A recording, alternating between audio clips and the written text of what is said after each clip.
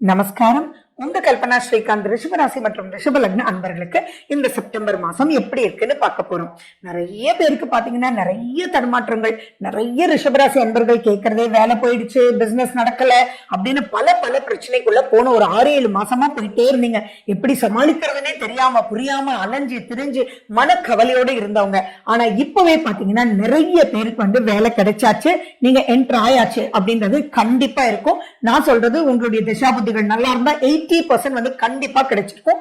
நிறைய மாற்றங்கள் ஏற்பட்டிருக்கும். நிறைய முதலாளிகளா இருந்தவங்க வேலைக்கு போனவங்களும் இருக்காங்க, வேலைக்கு போனவங்க இப்ப முதலாளின்ற ஒரு ஸ்டேஜுக்கு புதுசா ஆரம்பிச்சவங்களும் நிறைய இருக்காங்க. சோ மாற்றங்கள் கண்டிப்பா ரிஷபராசி அன்பர்களுக்கு ஆரம்பம் ஆயிடுச்சு அப்படின்றதுதான். சரி, உங்க கேள்வி என்னன்னா, இந்த மாற்றம் கரெக்டா, இதுதான் நமக்கு லைஃபா, இது சூப்பரா ஜெயிப்போமா அப்படின்னா கண்டிப்பா சூப்பரா ஜெயிப்பீங்க, கவலையே பட வேண்டாம்.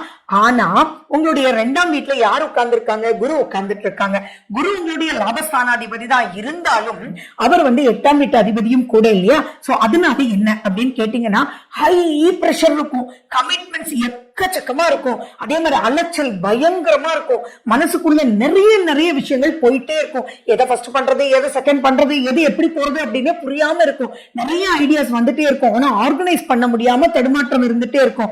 ஓப்பனா பாத்தீங்கன்னா நிறைய கோஆபரேஷன்ஸ் இப்ப கிடைக்காது. நீங்க ஒண்ணு நினைச்சீங்கன்னா நீங்க போய் ஒரு இடத்துல ஜாயின் பண்ணிருப்பீங்க, உங்க டீம்மேட் வேற ஒண்ணு சொல்லுவாங்க, உங்க டிஎல் வேற ஒண்ணு சொல்லுவாங்க. அப்ப ப்ராஜெக்ட்ஸ் எப்படி பண்றது, ஏது பண்றது, ஆனா சாதிக்கணும் வைக்கணும், நிறைய கமிட்மெண்ட்ஸ் இருக்கு அப்படின்னு சொல்லி மைண்டுக்குள்ள ஒரே பிரஷரா இருக்கும். ஆனா அது ஆட்டோமேட்டிக்கா உங்களுக்கு சீக்கிரமே ரிலீவ் ஆயிடும் அப்படின்றது கவலையே பட வேண்டாம். அதே மாதிரி எவ்வளவு பிரஷர் எவ்வளவு பிரச்சனை இருந்தாலும் உங்களுடைய ராசிநாதன் சுக்கிரன் சூப்பரா உட்கார்ந்துட்டு இருக்கிறதுனால மனசு ஃபைனலி பாத்தீங்கன்னா அப்படின்னு ஒரு நிம்மதிக்குள்ள இருக்கும். வழி பிறந்துடுச்சுப்பா அப்படின்னு ஒரு பாயிண்ட்ல இருக்கும். சோ அப்ப பொருளாதாரத்துக்கு ரொம்ப பெருசா பயப்பட வேண்டாம். இப்போ ஒரு